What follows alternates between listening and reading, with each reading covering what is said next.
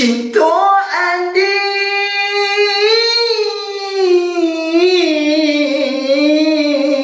kabakai denai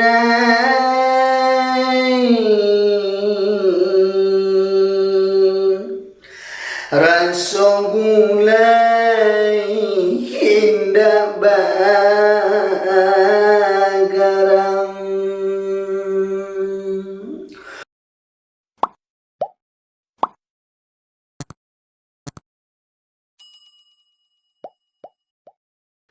Assalamualaikum saudara dan sahabat sekalian dimanapun berada. Semoga hari ini sehat selalu dan dilancarkan segala urusan dan dimudahkan segala perbuatan kita.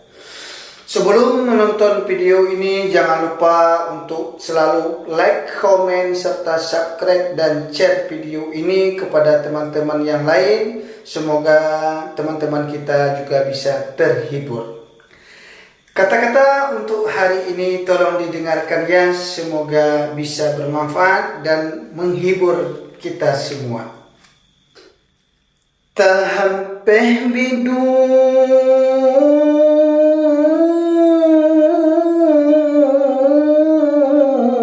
ka pantai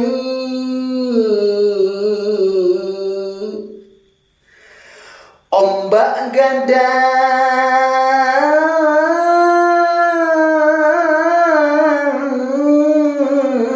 membuat karang.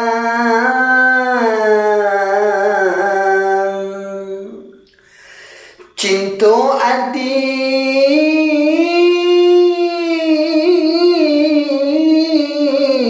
kabakai denai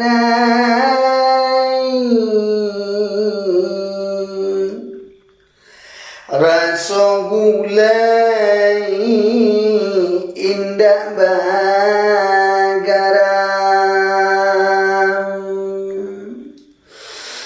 Tahampeh bidu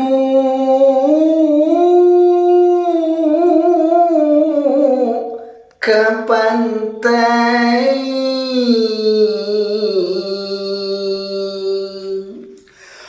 ombak gadang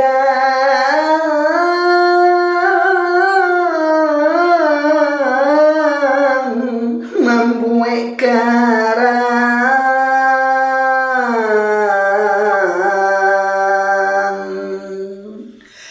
Cinta adik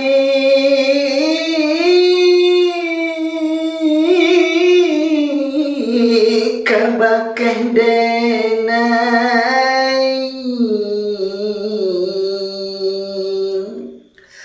rasa gulai indah bagaram.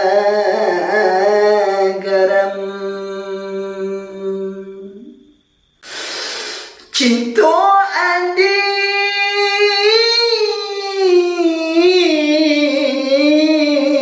kabakai denai